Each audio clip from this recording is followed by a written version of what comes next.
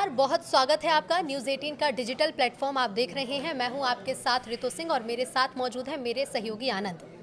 Middle east में इन दिनों तनाव की स्थिति है। रोजाना नए नए अपडेट सामने आ रहे हैं, हमले किए जा रहे हैं और खामेनेई की मौत के बाद जगह जगह पर हंगामे और जगह जगह पर विरोध भी। लेकिन इसी बीच ईरान, अमेरिका और इजराइल के अलावा नजरें दुबई पर भी हैं। दुबई पर नजरें इसीलिए हैं क्योंकि दुबई में अब सायरन बज गया है, अलर्ट सायरन। इसके साथ ही साथ एक बैठक को लेकर भी चर्चाएं तेज हैं कि जो पहले बातचीत की गई थी, अब यूएस और ईरान के बीच क्या फिर से बातचीत होगी, इस पर भी आज हम चर्चा करेंगे। आज हम ये भी जानने की कोशिश करेंगे क्योंकि अभी तक देखिए ईरान, इजराइल और यूएस, लेकिन अब एंट्री हो चुकी है लेबनान की। हिजबुल्लाह की तरफ से पहले हमला किया गया जिसका जवाब भी इजराइल ने दे दिया है और B-2 बॉम्बर को गिराने का दावा भी किया जा रहा है। सब कुछ विस्तार से समझेंगे, फिलहाल क्या अपडेट है वो भी जानेंगे। आनंद, सबसे पहले मैं यही जानना चाहूंगी, दर्शक भी ये जानना चाहते होंगे क्योंकि पहले सबसे पहले हम ईरान, इजराइल और यूएस की ही बात कर रहे थे, लेकिन अब लेबनान की भी एंट्री हो चुकी है। बिल्कुल, देखिए इजराइल पर हमला करने का तात्पर्य पूरा, या फिर ये भी कह लें कि खामनेई साहब की मौत के बाद आपको भी पता है कि ईरान का प्रॉक्सी मिडिल ईस्ट में हुती है और हमास है और हिजबुल्लाह है। तो पहला जो हमला शुरू हुआ है हिजबुल्लाह की तरफ से हुआ है, क्योंकि आपको याद करना होगा जून का महीना, जब जून में भी अटैक हुआ था ईरान पर, तो इसके पहले भी आप देखेंगे तो हिजबुल्लाह के जो शीर्ष नेता थे, मतलब टॉप कमांडर जो थे वो मारे गए थे। उसके बाद खामनेई साहब का आदेश आता है और वो इजराइल पर हमला कर देते हैं। तो इजराइल अमेरिका की ये हमले में प्रतिक्रिया आती है ईरान की। लेकिन इस बार जो मामला हुआ है बहुत ही गंभीर है। आपको भी पता है कि ईरान ने 8 देशों पर, मिडिल ईस्ट के 8 देशों में अमेरिकी एयरबेस पर हमला किया है, ना करके उन देशों पर। वो अमेरिकी जहां पर एयरबेस है उसको तबाह कर रहे हैं। इसके साथ ही साथ अब जो है कि इजराइल पर दबाव बढ़ना शुरू हो गया, क्योंकि पहले तो ईरान पर लगातार हमला कर रहे थे ये दोनों देश, लेकिन अब जो है हिजबुल्लाह का हमला शुरू हो गया है इजराइल पर। अब आने वाले समय में 2 प्रॉक्सी जो हैं वो भी एक्टिव हो सकते हैं, हमास और आपका इधर हुती। तो इससे इजराइल की टेंशन बढ़ सकती है, क्योंकि आपको भी पता है कि खामनेई साहब की मौत के बाद आप देखिए तो सड़कों पे लगातार प्रदर्शन हो रहे हैं, लगातार लोग विरोध कर रहे हैं। और वहीं ट्रम्प के जो सुर हैं वो एक तरीके से रिजिम चेंज करने की बात कर रहे हैं। अभी हम आगे बताएंगे कि ट्रम्प का क्या बयान आया है, क्या ये हमला रुक जाएगा या फिर हमला चलता रहेगा। बिल्कुल बिल्कुल, लेकिन जैसे लेबनान की एंट्री हुई है तो जो दावे किए जाते हैं, पहले हिजबुल्लाह की तरफ से हमला किया गया था, इजराइल ने उसका जवाब दिया, तो क्या हिजबुल्लाह के कोई बड़े लीडर्स मारे जाने की भी खबरें हैं? बिल्कुल, देखिए हिजबुल्लाह के जो सबसे बड़े नेता थे वो थे मोहम्मद राद, उनकी हत्या हो चुकी है। इसके साथ ही साथ लगभग टोटल 31 लोगों की मौत हुई है इजराइल के हमले पर। और इजराइल में जो हमला हुआ है अभी उसकी पुष्टि नहीं हुई है कि कितने लोगों की मौत हुई है, क्योंकि इजराइल पर ईरान की तरफ से भी हमला हो रहा है और इधर हिजबुल्लाह की तरफ से भी। और आने वाले समय में ऐसी संकेतें मिल रही हैं, बहुत सारे ऐसे सोर्सेस आ रहे हैं सामने कि हमास और हुती भी एक्टिव हो सकते हैं। अगर हुती एक्टिव होंगे तो वो सिर्फ इजराइल पर हमला नहीं करेंगे, क्योंकि उनकी पुरानी लड़ाई सऊदी से भी चलती है, तो हो सकता है कि सऊदी पर भी करे, क्योंकि ईरान सऊदी पर हमला लगातार करता आ रहा है। उसके बाद एक खबर और सामने आ रही है कि F-15 फाइटर जेट जो था उसको गिरा दिया गया है और उसमें पायलट जो है वो कूद करके जान बचा लिया है अपना। फिलहाल दुबई एयरपोर्ट की बात कर ले तो दुबई एयरपोर्ट पर वहां पर एक तरीके से युद्ध का सायरन बज चुका है।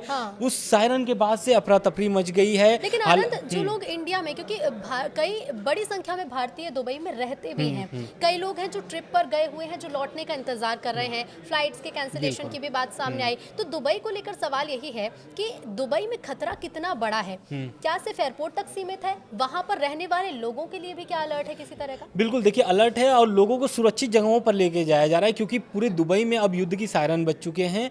इसके कारण से लोगों में अफरा तफरी का माहौल है। लोग सोच रहे हैं कितना जल्दी सुरक्षित जगहों पर पहुंच जाए। हालांकि सरकार भी, मतलब ये दुबई की जो सरकार है वो भी मदद कर रही है लोगों की।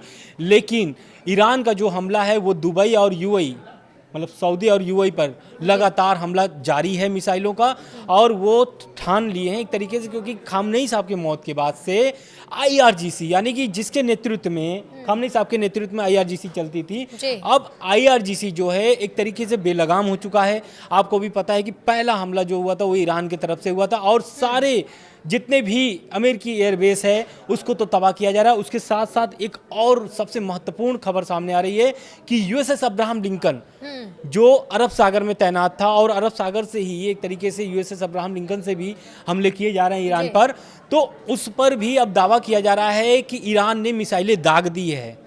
लेकिन अमेरिका का इस पर एक तरीके से प्रतिक्रिया आता है और अमेरिका साफ बोल दिया है कि ईरान का जो मिसाइल थी वो USS अब्राहम लिंकन के पास आ रही थी, हालांकि उसके पहले ही उसको गिरा दिया गया है। ट्रंप की तरफ से किसी तरह का ऑफिशियल स्टेटमेंट? बिल्कुल, ट्रंप का भी इस पे बयान आया हुआ और ट्रंप ने साफ तौर से ईरान को एक तरीके से अंतिम चेतावनी बोल सकते हैं कि अंतिम चेतावनी दे दिया। उन्होंने कहा है कि ऑपरेशन जारी रहेगा जब तक ईरानी सरकार या फिर ईरान के जो सेना है IRGC जो है ये जब तक अपने हमले नहीं रोक देते हैं। लेकिन ईरान की तरफ से भी तो कहते हैं ना आनंद कि ईरान भी झुकने वाले कंट्रीज में से नहीं है। लगातार हम देख रहे हैं कि खामेनेई की मौत भी हुई लेकिन जवाबी कार्रवाई भी ईरान की तरफ से की जा रही है। बिल्कुल, देखिए यही शुरू से ही बोला जा रहा था जब से इस तरीके से दबाव, और ये कब से शुरू हुआ है? ये शुरू हुआ है पिछले साल से 2025 में जब प्रोटेस्ट शुरू होते ईरान में, तो लगभग वहाँ पे 6 से 7 हज़ार लोगों की मौत हुई है। इस प्रोटेस्ट में ही एक तरीके से अमेरिका की एंट्री हुई है। इससे पहले अमेरिका जो था एक तरीके से दबाव बना रहा था लेकिन इस तरीके से नहीं बना पा रहा था जिस तरीके से अभी दबाव बनाया है। और युद्ध वाली स्थिति थी और ये आपको भी पता है कि लगभग 2 महीने से खबर चल रही थी कि 24 घंटे में हमले हो जाएंगे, तो 20 घंटे में हो जाएंगे, 48 घंटे में हो जाएंगे।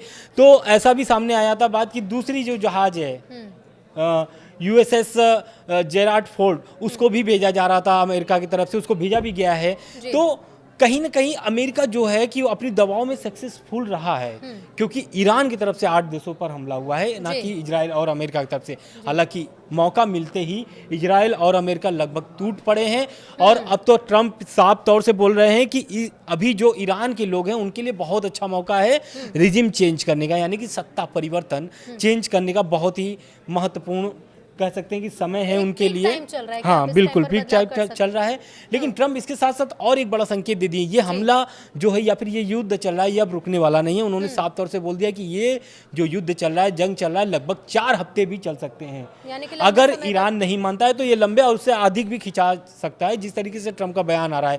क्योंकि ट्रंप जो है कि अब वो साफ तौर से बोल दिए हैं कि वहाँ के सत्ता परिवर्तन जरूरी है ईरान के लोगों के लिए। और दूसरी बात, खामनेई की मौत हो चुकी है, जैसा कि वो अमेरिका और इजराइल, खास करके इजराइल चाहता था कि खामनेई साहब पर हमला हो, खामनेई की मौत हो और वहाँ पे सत्ता परिवर्तन हो। और चेंज क्यों करना चाहते हैं, सबसे महत्वपूर्ण बात है क्यों वो आखिर ये सत्ता परिवर्तन की सुगबुगाहट शुरू कहाँ से हुई, इसका प्रभाव क्या पड़ेगा? प्रभाव इसलिए पड़ा क्योंकि वहाँ की जो रियाल करेंसी जो है वो 14 लाख प्रति डॉलर है।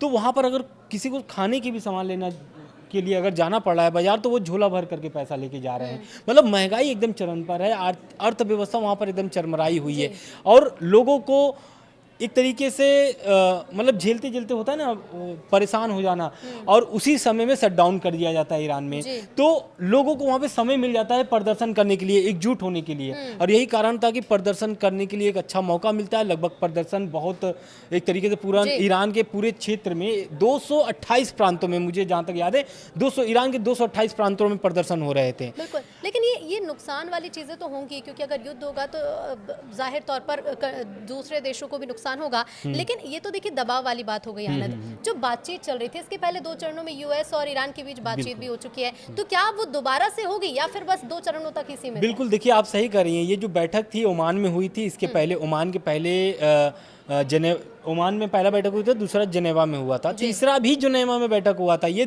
3 बैठक के बाद से कोई भी मतलब एक तरीके से जो होता है कि परिणाम निकलना, मतलब एक तरीके से वो बातचीत जो था वो असफल रहा।